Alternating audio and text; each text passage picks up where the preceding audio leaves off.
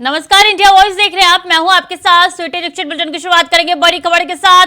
अखिलेश यादव ने ट्वीट कर बीजेपी पर हमला बोला है। बीजेपी दिवालिया हो गई है, प्रत्याशी तक नहीं। अखिलेश यादव ने ट्वीट करके निशाना साधा है।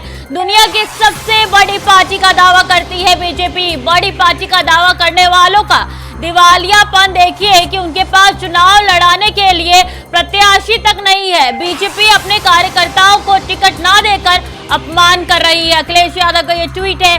बीजेपी अंदरूनी लड़ाई में उलझी हुई है, तो बीजेपी पर एक तंज कसा है अखिलेश यादव ने।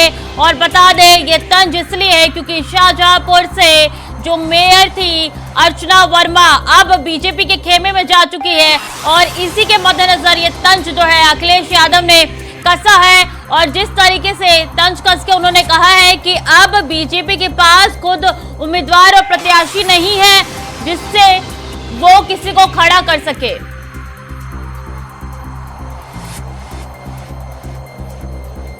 तो अहम जानकारी आप तक पहुंचा रहे हैं। मंत्री सूर्य प्रताप शाही अयोध्या में जनसभा भी करेंगे।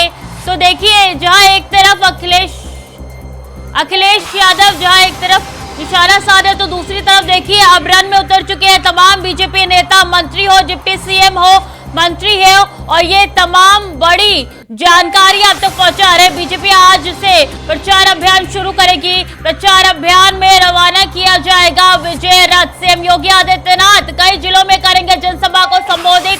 आज सहारनपुर, शामली, अमरोहा में सीएम की जनसभा है। डिप्टी सीएम ब्रजेश पाठक गाजियाबाद में करेंगे जनसभा, तो वहीं डिप्टी सीएम केशव प्रसाद मौर्य झांसी में जनसभा को संबोधित करेंगे। मंत्री सूर्य प्रताप शाही अयोध्या में करेंगे जनसभा। मंत्री स्वतंत्र देव सिंह कानपुर में जनसभा को संबोधित करेंगे। तो मंत्री सुरेश खन्ना, राज्य मंत्री जेपीएस राठौर शाहजहांपुर में जनसभा को संबोधित करेंगे। तो एक के बाद एक बड़े नेता, मुख्यमंत्री, मंत्री, कैबिनेट मंत्री तमाम धरातल स्तर पे उतर के जनसभा करेंगे, लोगों को संबोधित करेंगे, क्योंकि नगर निकाय चुनाव बेहद करीब है और काफी अहम ये चुनाव माना जा रहा है, क्योंकि जिस तरीके से लोकसभा चुनाव भी बेहद पास है, उसके मद्देनजर नगर निकाय चुनाव को सेमीफाइनल के रूप में देख रही है बीजेपी, समाजवादी पार्टी, बसपा, कांग्रेस, तमाम पार्टी के नेता।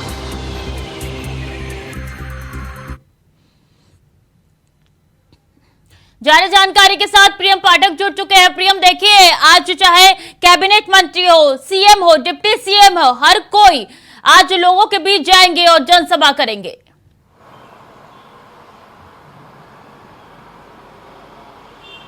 बिल्कुल, देखिए, निकाय चुनाव को लेकर कह सकते हैं कि जैसे ही अब प्रत्याशियों की सूची कल देर शाम तक पूरी तरीके से फाइनल कर दी गई, सभी सूची को सार्वजनिक कर दिया गया है बीजेपी की तरफ से, और अब प्रत्याशियों के नाम को फाइनल होने के बाद अब बीजेपी एक तरफा और एक सूत्री कार्यक्रम है कि जोर शोर के साथ में प्रचार प्रसार करना है। और इसीलिए खुद अगर आप देखें तो पूरे प्रदेश संगठन की जो टीम है वो एक साथ आज से इस अभियान में जुटने जा रही है। अब से कुछ देर बाद विजय रथ जो है वो रवाना किया जाएगा।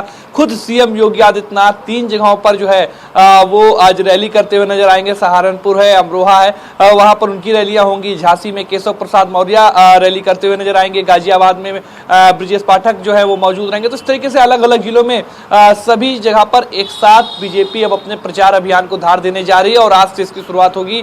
जोर शोर के साथ में प्रचार प्रसार करना, अपने प्रत्याशियों के पक्ष में माहौल बनाना, और पूरी कवायद और पूरी कोशिश होगी कि प्रत्याशियों के पक्ष में माहौल बने और जो नतीजे आए वो पार्टी के पक्ष में है। और इसीलिए आप देखें तो आज एक साथ ये एक बड़े व्यापक स्तर पर जो है प्रचार प्रसार अभियान की जो है वो शुरुआत होने जा रही है।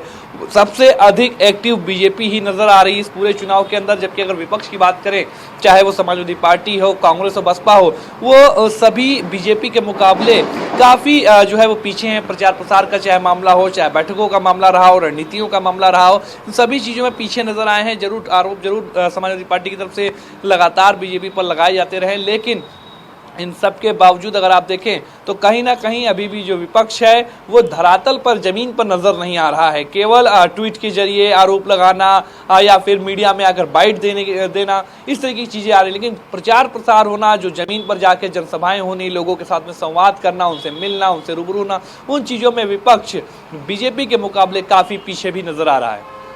बीजेपी यही काम लगातार कर रही है, इसीलिए खुद सीएम भी सूबे के मुखिया भी धरातल स्तर पे उतर रहे हैं और तमाम जनसभा को संबोधित कर रहे हैं। आप बने रहिए हमारे साथ, इस बीच बड़ी जानकारी निकल के सामने आ रही है। दूसरे चरण के नामांकन का आज अंतिम दिन है। दूसरे चरण में 38 जिलों में हो रहे हैं चुनाव। बता दें कि कल 7,689 उम्मीदवारों ने नामांकन दाखिल किया है। प्रदेश भर में 7,000 से ज्यादा उम्मीदवारों ने नामांकन दाखिल किया है। महापौर पद के 21 प्रत्याशियों नामांकन दाखिल किए हैं और नगर पालिका प्रदेश अध्यक्ष के 849 नामांकन हुए हैं। नगर पंचायत अध्यक्ष के लिए 306 सदस्यों ने पर्चे भरे हैं। तो अहम जानकारी आप तक पहुंचा रहे हैं। नगर निकाय चुनाव के मद्देनजर महापौर पद के लिए 21 प्रत्याशियों का नामांकन किया गया है। इसी के लिए बता दें कि आज आखिरी दिन है नामांकन की प्रक्रिया का। नगर पालिका प्रदेश में 849 उम्मीदवार जो है वो पर्चा भरे हैं और नगर पंचायत अध्यक्ष के लिए 306 सदस्यों ने पर्चा भरे हैं। लगातार प्रियम हमारे साथ जुड़े हुए हैं। प्रियम, देखिए आज आखिरी दिन है। वही बात की जाए तो तमाम विपक्षी दल भी मैदान में उतर रहे हैं, इसी के साथ बीजेपी भी उतर है। आज का क्या सिनेरियो रहने वाला है, आज क्या कुछ होने वाला है?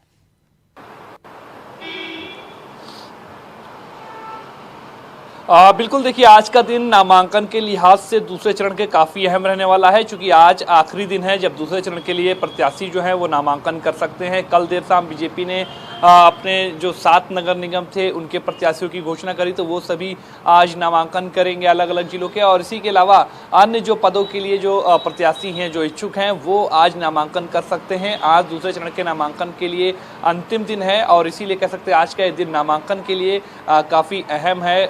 कई प्रत्याशी हैं जो आज भी नामांकन करेंगे और बड़ी संख्या में इस बार देखने को मिला है कि प्रत्याशियों ने जो है वो नामांकन करे हैं और बड़ी संख्या में जो प्रत्याशी हैं उन्होंने अपना नामांकन किया है। अलग अलग पदों के लिए अलग अलग पार्टियों से जो है ये नामांकन जो है किए गए हैं। निर्दलीय की बात करिए तो निर्दलीय संख्या काफ़ी अधिक इस बार चुनाव में देखने को मिली है, जब निर्दलीय प्रत्याशियों ने बड़ी संख्या में अपने नामांकन किए हैं। 4 तारीख को पहले चरण का मतदान होना है, 11 मई को दूसरे चरण का मतदान होगा और 13 मई को दोनों के एक साथ नतीजे जो हैं वो आएंगे। और कहीं ना कहीं इसीलिए अगर आप देखें तो पूरी जद्दोजहद सभी राजनीतिक दल, निर्दलीय प्रत्याशी जिन्होंने मैदान में ताल ठोकी, वो सभी लोग अपनी रणनीति बनाते हुए अपने लिए प्रचार प्रसार करते हुए जोर शोर के साथ में नजर आ रहे हैं। जी देखिए, नामांकन प्रक्रिया आज शाम तक पूरी भी हो सकती है, लेकिन देखिए जब बीजेपी ने अपनी दूसरी सूची जारी कर दी देर रात, तो उसमें कई ऐसे प्रत्याशी हैं जिनका टिकट जो है वो कट चुका है। इससे वो नाराज भी चल रहे हैं बीजेपी से। प्रियम,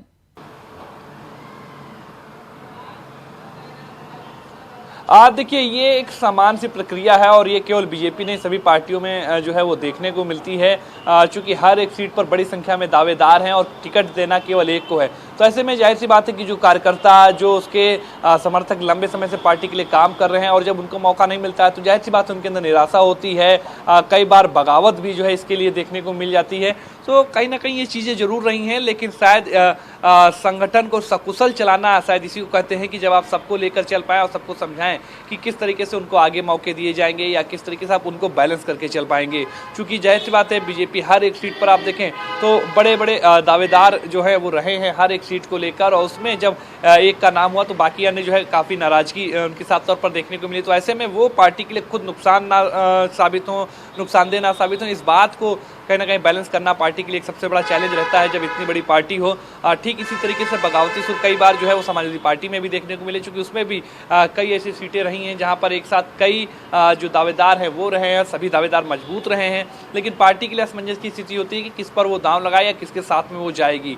तो ऐसी स्थितियां राजनीतिक दलों की हर बार चुनाव में जब प्रत्याशियों के नाम की घोषणा होती है तो वो देखने को मिलता है, लेकिन इन सबको ही बैलेंस करना कहीं ना कहीं नेतृत्व कहलाता है। और इसीलिए देखना होगा कि इस बार भी जब चुनाव के अंदर इस तरीके से बगावती सुर देखने को मिले हैं, नाराजगी देखने को मिली है, बीजेपी में खुद कैबिनेट मंत्री नंद गोपाल गुप्ता नंदी, उन्होंने पार्टी के खिलाफ जो है साफ तौर पर नाराजगी जताई है और जिस तरीके से उनके विरोधी को पार्टी में शामिल कराया गया तो उसको लेकर बाकायदा उन्होंने प्रेस नोट भी जारी किया और मीडिया से कहा साफ तौर पर कि जिस तरीके से अब पार्टी में कार्य हो रहे हैं ये पार्टी की परंपरा नहीं रही है या इस तरीके का पार्टी का इतिहास नहीं रहा है।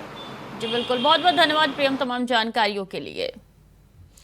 खबरों में आगे बढ़ेंगे। बड़ी खबर आ रही है, देश में कोरोना का कहर जारी है। देश में 24 घंटे में कोरोना के 7,178 नए केस आए हैं। देश में 24 घंटे में 16 मरीजों की मौत हुई है। देश में कोरोना के एक्टिव मामले 65,000 से ज्यादा हो चुके हैं। देश में कोरोना पॉजिटिविटी रेट 9.16% पहुंच चुकी है। तो लगातार कोरोना के केसेस बढ़ते जा रहे हैं और एक के बाद एक 24 घंटे में निरंतर ये केसेस बढ़ रहे हैं।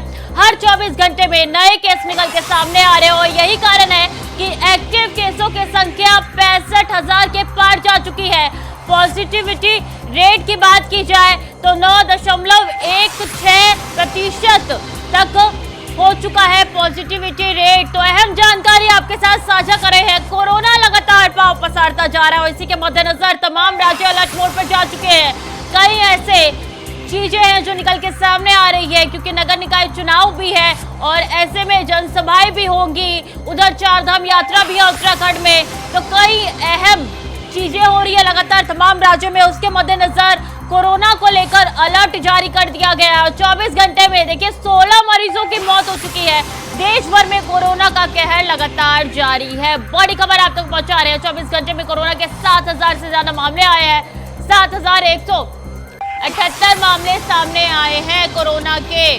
तो अहम जानकारी आप तक पहुंचा रहे हैं जहां कोरोना को लेकर एक बार फिर से केस जो है वो बढ़ते हुए नजर आ रहे हैं और ये अहम खबर आप तक पहुंचा रहे हैं। दिनकर आनंद ज्यादा जानकारी के साथ जुड़ चुके हैं। दिनकर, लगातार देखिए केसेस बढ़ते जा रहे हैं। जी हाँ श्रुति, सबसे पहले बता दूं, देश में कोरोना वायरस के बढ़ते मामले लगातार डरा रहे हैं। अगर वीकली डेटा की बात किया जाए तो एक सप्ताह में कोरोना के 73,873 नए मामले दर्ज किए गए हैं। वहीं अगर 24 घंटे की बात करूं तो 7178 नए केस दर्ज किए गए हैं और 16 मरीजों की मौत भी हुई है। आपको बता दूं कि पिछले साल इस वक्त 63,506 केसेस एक वीक में आ रहे हैं। तो आप अंदाजा लगा सकते हैं किस तरीके से कोरोना के मामले बढ़ते जा रहे हैं। लेकिन इस कोरोना के मामले के बावजूद यूपी में निकाय चुनाव हो रहे हैं, अन्य प्रदेशों में विधानसभा चुनाव होने हैं। हालांकि यूपी को लेकर सीएम योगी आदित्यनाथ ने टीम 9 के साथ बैठक की थी। उन्होंने कहा था स्थिति नियंत्रण में है, लेकिन दिन पर दिन स्थिति और ज्यादा बुरी होती जा रही है। सरकार इसको लेकर क्या कुछ डिसीजन लेती है, क्या कुछ नई एसओपी आती है, इसको लेकर अभी देखना होगा। छुट्टी अभी तो गर्मी भी आने वाली है, ऐसे में लोग बाहर ज्यादा निकलते हैं और इससे दूसरे से कांटेक्ट भी बहुत ज्यादा होता है। तो उसके मद्देनजर क्या कुछ सावधानियां बरतनी जरूरी है सरकार के लिए, राज्य के लिए?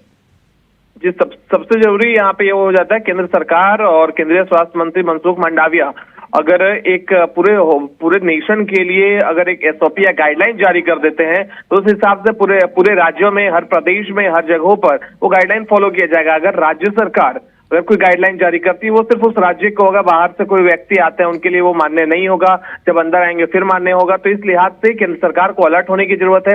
आपको याद करना चाहिए 2021 जब यूपी में पंचायत चुनाव हो रहे थे, उस दौरान पंचायत चुनाव में काम कर रहे शिक्षा मित्रों और शिक्षकों की करीब 1500 शिक्षकों की मौत हुई थी। बहुत ज्यादा जरूरत है दिन का, यही कारण है कि अलर्ट नहीं है जनता, इसलिए कोरोना के केसेस लगातार बढ़ते जा रहे हैं। बहुत बहुत धन्यवाद इनका तमाम जानकारियों के लिए। तो देखिए लगातार कोरोना के केसेस बढ़ते जा रहे हैं, लेकिन सावधान होने की जरूरत सबको है, आपको भी और हमको भी। वक्त तो चला छोटे से ब्रेक का, जल्द लौटेंगे।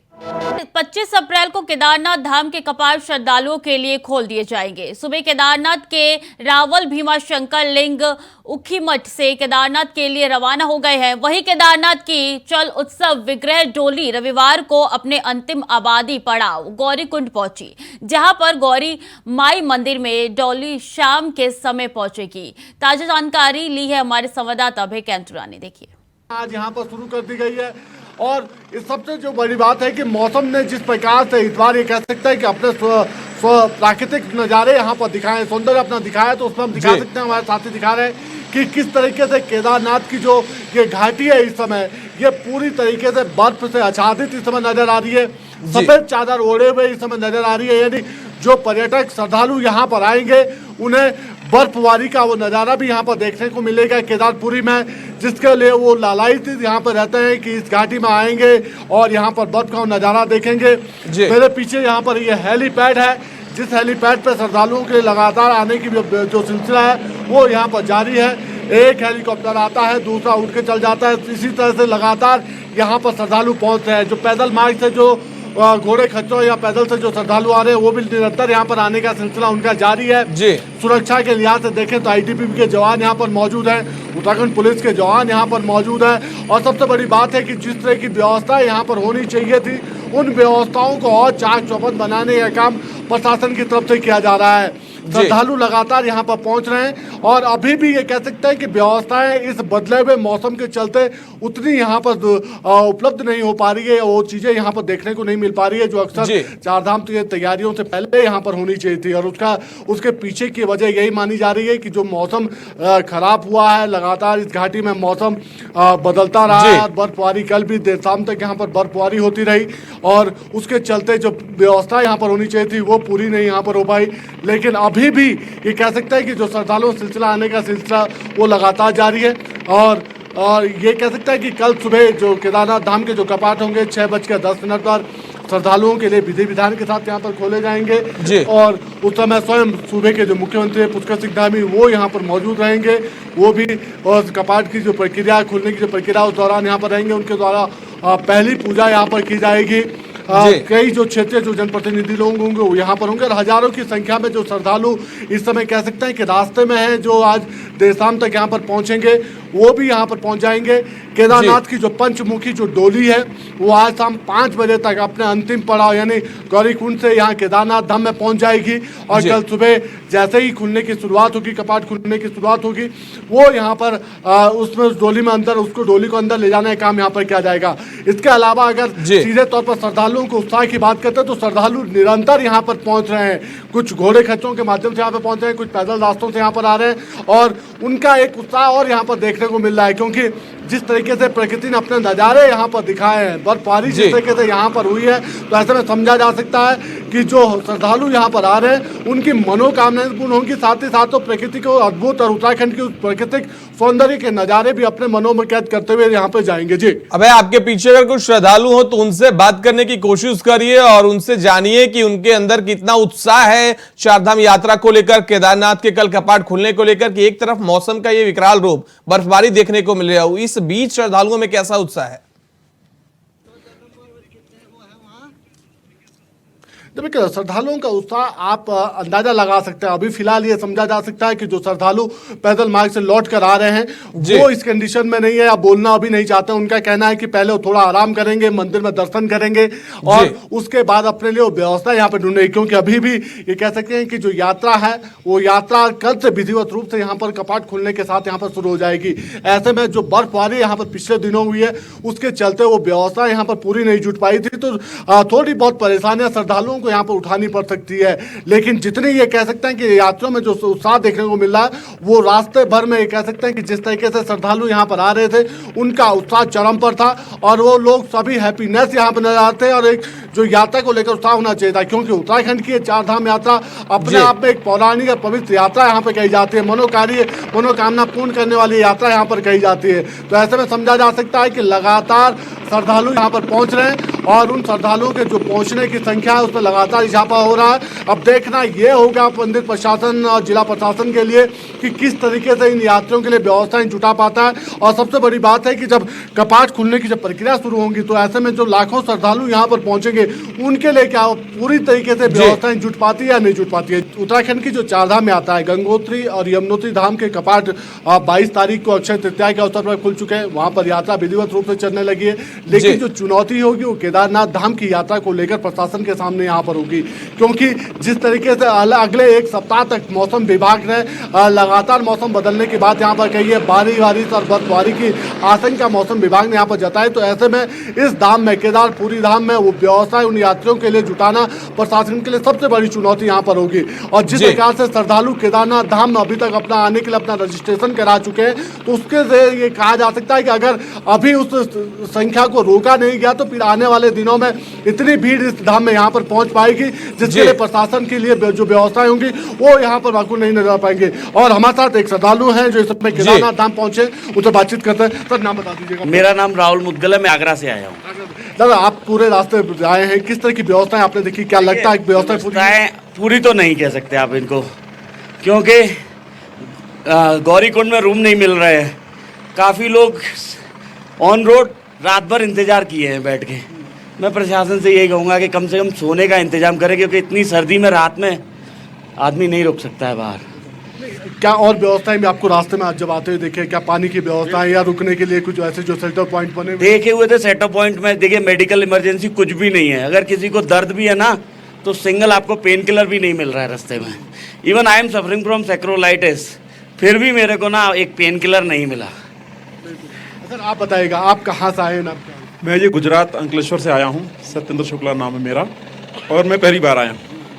जैसा सुना था उससे कई गुना बेहतर और कई गुना अद्भुत नज़ारा बाबा का। अच्छा, धाम में आप पहुँचे, चारों तरफ बर्फ है, आप लोग यही कल्पना लेकर मन में आए थे कि केदारनाथ धाम जाएंगे, बाबा के दर्शन करेंगे, जो वहाँ की सुंदरता उसको भी निहारेंगे। बिल्कुल, और कल्पना से परे है, अद्भुत है। इसको शब्दों से हम इसका व्याख्यान नहीं कर सकते। आज ये दृश्य देखिए, वाह! बाबा केदारनाथ का कलश का दर्शन हुआ, मन इतना प्रफुल्लित हो गया। सच में देवनगरी है, भगवान की नगरी है। क्या लगता है जिस प्रकार से आप रास्ते भर में आपने भीड़ देखी होगी, या गौरी कुंड में जब आप आए रास्ते में भी आपने श्रद्धालु देखे होंगे, क्या व्यवस्थाएं उस लायक लग पा रही? यहाँ पर प्रशासन के लिए चुनौतियाँ हैं? बिल्कुल, मौसम के मद्देनजर प्रशासन के लिए बहुत बड़ी चुनौती है। कर रहे हैं वो लोग प्रयास, लेकिन थोड़ा सा और उनको इससे बढ़ के आगे हट के करना पड़ेगा। इतने से काम नहीं चलेगा, क्योंकि पूरे भारत से, पूरे विश्व से यहाँ लोग आ रहे हैं, और हम अगर चेक पोस्ट पे ढीले होकर बैठे रहेंगे, प्रशासन इतना सुस्त रहेगा, काम नहीं चलेगा। थोड़ा उनको और तेजी दिखानी पड़ेगी। कर रहे हैं सारे कर्मचारी, रास्तों में साफ सफाई, हर चीज़ की व्यवस्था बहुत सुंदर है, लेकिन प्रशासन को थोड़ा और ध्यान रखना पड़ेगा, विशेष रूप से जो लोग बाहर से आ रहे हैं उनके लिए। सबसे बड़ी बात है कि सरकार अपनी तरफ से प्रयास जरूर कर रही है व्यवस्थाएं, लेकिन जिस तरह की यहाँ की परिस्थितियाँ हैं उनमें चीज़ों में चुनौतियाँ तो सरकार के सामने है। क्या लगता है यात्रियों को भी मौसम के हिसाब से या जो सूचना दी जा रही है उसके हिसाब से आना चाहिए? देखिए, कल से हम एडवाइजरी सुन रहे हैं। यहाँ के जो प्रशासनिक अधिकारी हैं उन लोगों ने व्हाट्सएप के थ्रू, सोशल मीडिया के थ्रू उन्होंने कई मैसेज दिए हैं कि भाई आप लोग न मत आइए, थोड़ा रुकिए, नीचे हरिद्वार में ठहरिए। लेकिन लोग नहीं मान रहे। जब हम जैसे लोग ये सोच रहे हैं कि भाई 15 दिन के अंदर बाबा के दर्शन करके वापस गुजरात पहुंचना है, तो ये हमारे लिए वो टास्क है, हमारे लिए वो चुनौती है कि हम वापस अपने जगह पे पहुंच जाएं। इसलिए कैसे भी धक्का मुक्की करके प्रयास यही रहता है कि एक बार बाबा के धाम में पहुंच जाएं। तो प्रशासन भी क्या करेगा, सीमित संख्या हो, अनगिनत लोग आ रहे हैं, बहुत सारे लोग आ रहे हैं, लेकिन सरकार फिर भी प्रयास कर रही है और बेहतर प्रयास कर रही है। हरिद्वार से हम लोग देख रहे हैं, खूब सुंदर प्रयास कर रही है प्रशासन, प्रशासनिक अधिकारी, यहाँ के आईएएस, इन लोगों का भी हमने सोशल मीडिया पे काफ़ी सारे मैसेजेस देखे। लेकिन प्रयास कर रहे हैं, लेकिन थोड़ा नाकाफी है, थोड़ा और करना पड़ेगा।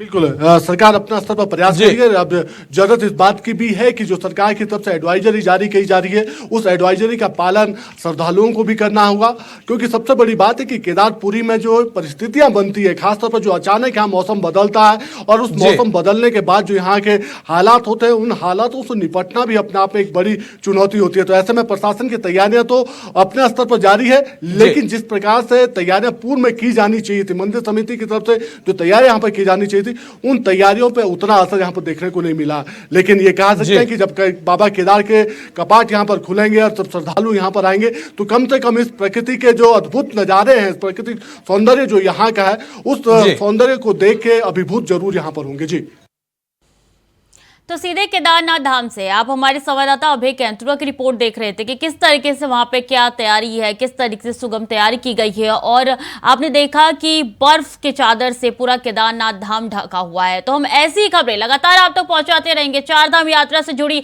हर छोटी छोटी चीजें आप तक पहुंचाते रहेंगे। अपने दर्शकों को चार धाम यात्रा से जुड़ी हर एक जानकारी आप तक पहुंचा देंगे, और यही कारण है कि हम लगातार शनिवार से ये बड़ी कवरेज कर रहे हैं कि सिर्फ अपने दर्शकों तक ये खबर पहुंचे और हमारे दर्शक जो है हर एक चार धाम यात्रा की जुड़ी खबरों से अवगत रहे, ताकि कोई खबर आप तक आपसे जुड़ ना पाए। इस बीच बड़ी खबर आप तक पहुंचा रहे हैं। अतीक अशरफ हत्याकांड से जुड़ी हुई बड़ी खबर निकल के सामने आ रही है। सुप्रीम कोर्ट से माफिया ब्रदर्स केस में बड़ी खबर, हत्याकांड को लेकर दायर याचिका पर होगी सुनवाई। जांच के लिए विशेष स्वतंत्र समिति गठित करने की है मांग। पूर्व न्यायाधीश की अध्यक्षता में कमेटी गठन के लिए दायर हुई है याचिका। सुप्रीम कोर्ट याचिका को सुनने के लिए सूचीबद्ध करने को तैयार है। 28 अप्रैल को सूचीबद्ध होगी माफिया ब्रदर्स केस की याचिका।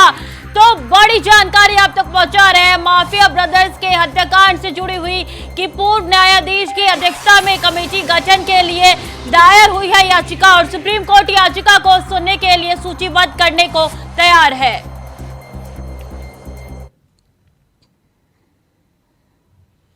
तो फिलहाल के लिए बुलेटिन में इतना ही। तमाम जानकारी आप तक पहुंचाते रहेंगे। देखते रहिए इंडिया वॉइस।